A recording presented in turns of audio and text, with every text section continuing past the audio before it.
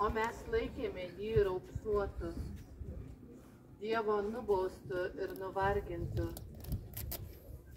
Bet jis buvo sužalotas dėl mūsų nusižengimų. Ant jo krito kirčiai už mūsų kaltes. Bausmė ant jo krito mūsų išganimui. Mes buvome išgydyti jo žaizdomis.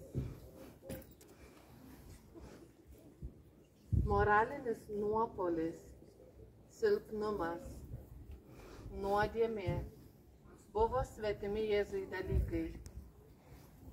Bet jis puikiai žinojo, kad dažnai kūnas patraukia žemyn net pačią uoliausią dvasią.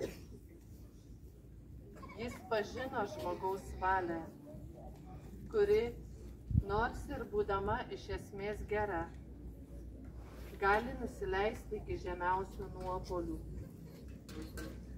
Todėl jis panorėjo patirti visišką kūno bejėgiškumą po kryžiaus našta. Bet Jėzus, bejėgiškai parkritęs, išbuvo tik akimirką.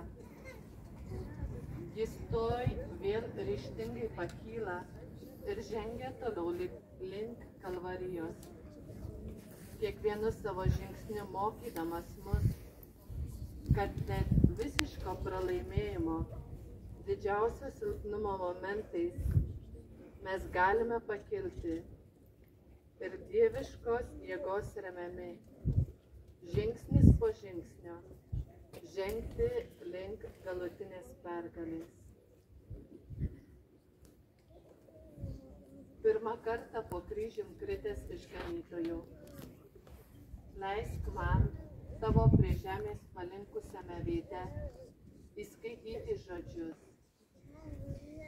Tai, ko tu vienas negali, kartu mes galime.